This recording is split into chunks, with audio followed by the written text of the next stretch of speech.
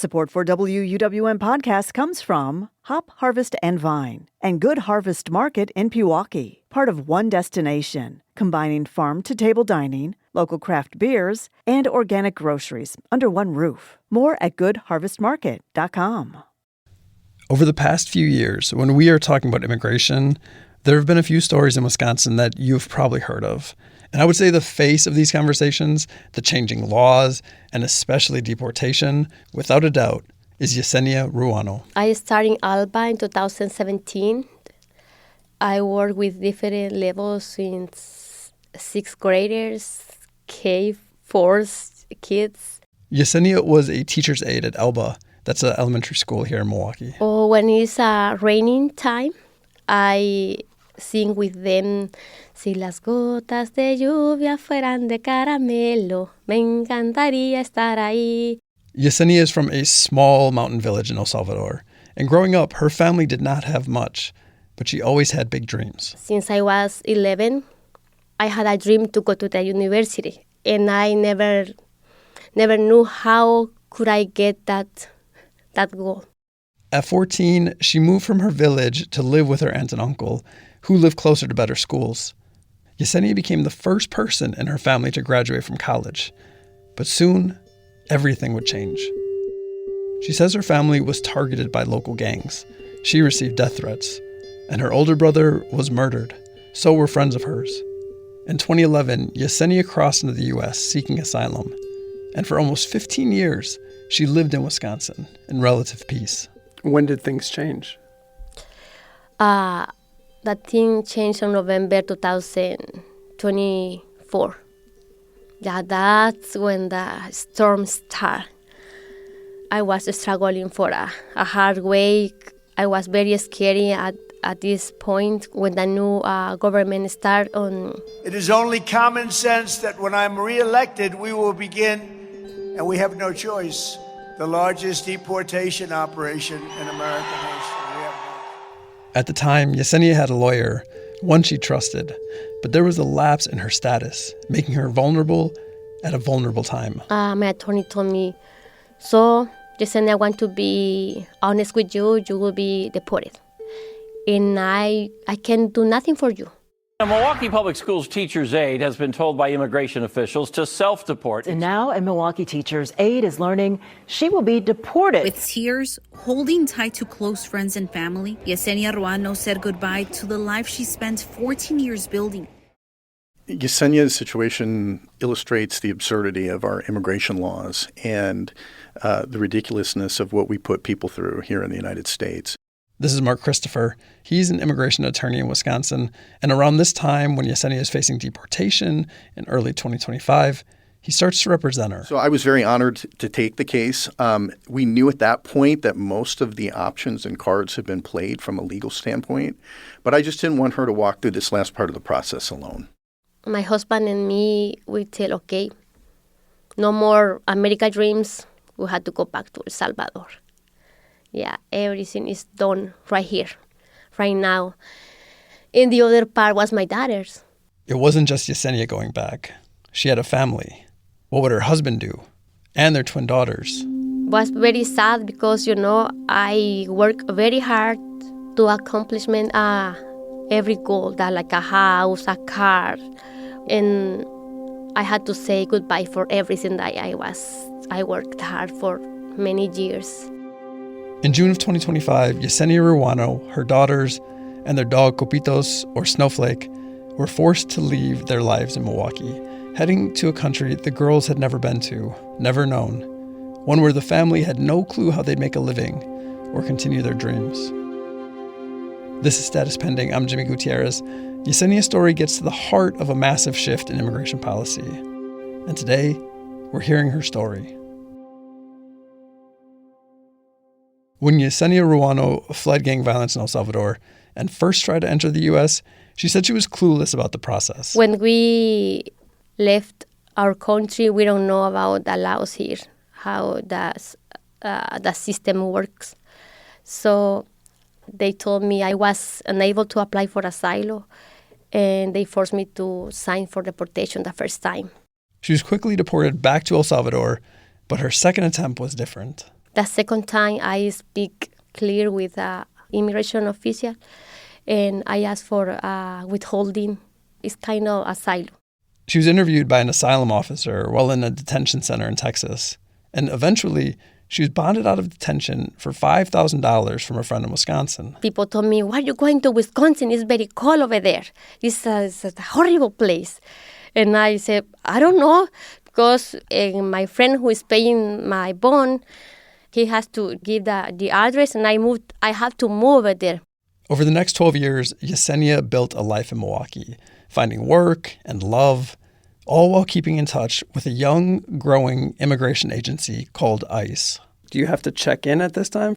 Tell me about your relationship with the government and how you had to communicate with them. Yeah, in January 2011, here in Milwaukee, the official told me, you have to come every year. We will check your backgrounds with the police and everything. And I was very familiar with the system. I was with knowledge, okay, everything is okay. I am okay with the police and everything is right. So always go sign in and go out. It was never dangerous or... Never dangerous. Yeah. And I start after, as I told you, in 2017. I feel like comfortable doing that kind of process. In 12 years, she had 18 check-ins. No trouble. When she came in the first time, would have been her opportunity to present her asylum claim. But what they do is they round up large amounts of people and they just kind of push them through. So when she got sent back, she essentially had a removal order at that point at the border. Immigration lawyer Mark Christopher again. And that last part about the removal order is very important. So when she came back in and actually presented her asylum claim, the fact that she had been the target of violence, her family had been the target of violence in her home country, she was no longer eligible for asylum. She was only eligible for something called withholding of removal.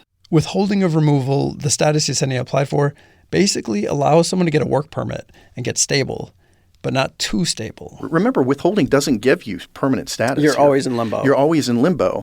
Knowing the withholding status wouldn't keep her safe when Trump returned to office, she applied for a T visa, something available for trafficking victims.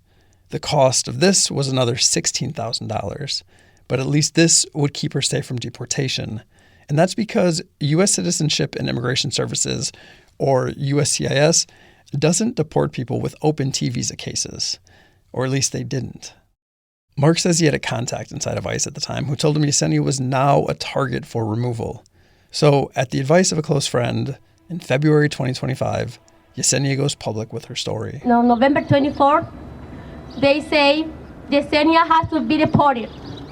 And I was not prepared for this notice.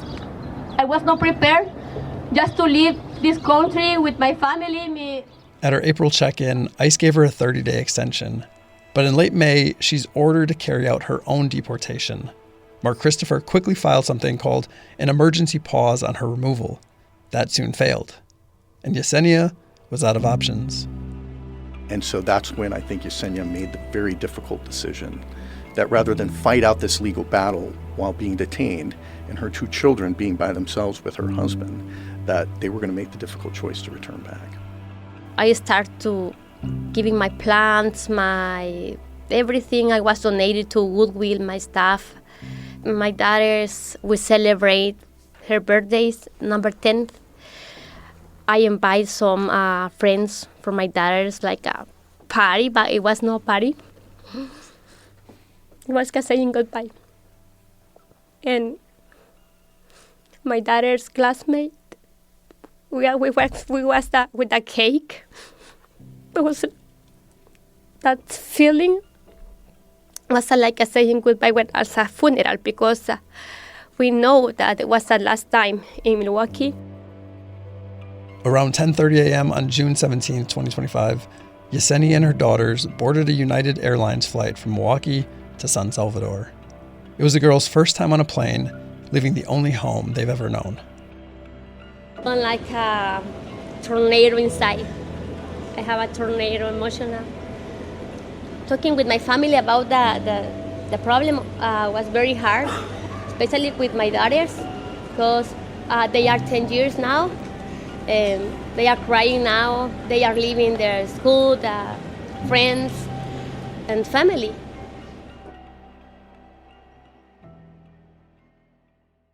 We arrived on Tuesday at night. The next day, I see my mom, my sisters, my family by my husband. My daughters hugging their grandmothers. That was like a gift too. I don't know. It's like a very special transition. There's un río. We are walking in the river where my husband grew up. Yessenia and the girls shared a room in her mother-in-law's home. Copitos was there too. Her husband, Miguel, who was undocumented, left Milwaukee and joined them a few months later. 90 grados. Ya aprendimos algo nuevo. The adjustment period in El Salvador could be a whole episode. The stifling heat and humidity, sharing spaces, trying to find a good school, all while Yessenia had to figure out a way to make money. One big difference between El Salvador and the U.S. is that while there's a teacher shortage in the U.S., there is a surplus in El Salvador. So Yessenia had to get creative. What was it like working in the call center? We learn the manners to answer call because the customers are from here, from U.S. The majority of customers are from U.S. So we have to handle the situation with angry customers, and you always have to say, "May I have your phone number, Mom? May I have your last name, Mom?" or whatever. While she pieced together work and a home, the girls were struggling. Everything was different and harder, unfamiliar. Even for Yessenia, it felt like a different country than the one she knew before. My hope was still in there. And my husband told me, Yessenia, just let it go. Even I was there in my country, I was keeping my hope, my faith that something good is going to happen. I don't know when, but I feel it. I'm always looking and talking to different immigrant rights groups, legal teams, lawyers. Mark Christopher again. And there was an pro-immigration law group out in California where they were filing a lawsuit for people in Yessenia's position, saying, this is absurd. How are you going to deport someone who has a pending T visa? Mark reaches out to the group and says, listen, I've got this client. I think she's very sympathetic. And I actually sent the newspaper articles over to them. And they said, we think that she would be a great person to add to this lawsuit. The lawsuit was filed in mid-October, and for almost 7 months, nothing. More limbo. Then, in May of this year, the ruling comes out. Yessenia and the others can return. And so it was then that they ordered the Department of Homeland Security to bring her and her children back into the United States to allow her to finish the T visa process. Tonight, she's back in Milwaukee after more than a year away. My daughters would tell me, we want to go back to school, we want to go back to Alba. And I would tell them, this is what we have available right now. When you're in El Salvador and you're with your family and you get news that you and the girls are able to come back, how are you feeling? I cry. I cry for happiness. It was like that was my hope. Thank you, God, for this miracle, because it was a miracle. Was it hard then knowing that Miguel wouldn't be able to come back with you? Yeah, very. I was sad. Like in Spanish we say agridulce, like a sour grape. Notice about when they told me Miguel is unable to come with you. And Miguel told me, Yessenia, I think God is giving you this chance. So take advantage. I can wait here. I can finish our home here in El Salvador, and you can stay with the girls over there, and so they can go to school. There are potential other avenues the family could explore. The girls being born in the U.S. are U.S. citizens. When they turn 21, they could petition for Miguel to become a permanent resident. But even though Yessenia is back in Milwaukee with her daughters, she still has fear. Christopher, I don't know if I still feel a little afraid to be catched by ICE again. I don't feel like in a safe now. Just my hope is still waiting for my process. But I see news and how people is getting in detention. You are protected under the letter of the law, and I would love to tell you that there's no risk that ICE would come at you. They shouldn't under the law, but I deal every day with cases whereby they're detaining people who have temporary protected status, or they have some other type of status where they shouldn't be detained, or they have DACA status. Yeah. And you really have to push back on these types of arrests and detainments. So if they do happen, I'm hopeful, and I don't think that would happen in your case, but I wouldn't be honest with you if I said that there was no chance. Well, there's been a change in the immigration policy over the past few years. There's also been a change in public attitude. The way this administration talks about immigrants, especially those from Central and South America, have become normalized. While she got a lot of support going through this process, she's also heard from people who want her and her family gone. I was reading yesterday the first immigration law was created in 1790s. And for the Euro people, they just asked 2 years to be residents, to be citizens. And every day they are closing doors. In my case, knocking every door, and every door is closing. So this is what it is. Things are different. Yeah. People don't care about kids' feelings, because my daughters tell me, Mom, you say in school kids are very important. We are the future in whatever country, but that is not true. News and rhetoric, politicians are telling the immigrants we are criminals, like bad things. And I'm very sad to see that divided people here in this country, maybe in the whole world. We are fighting for a crazy things while the whole world is dying. It's kind of like all of that energy we're spending on hating, we could spend on loving. Yeah. But it's a choice. It's a choice in what part do we like to be, hating or working for others. I decide to keep loving.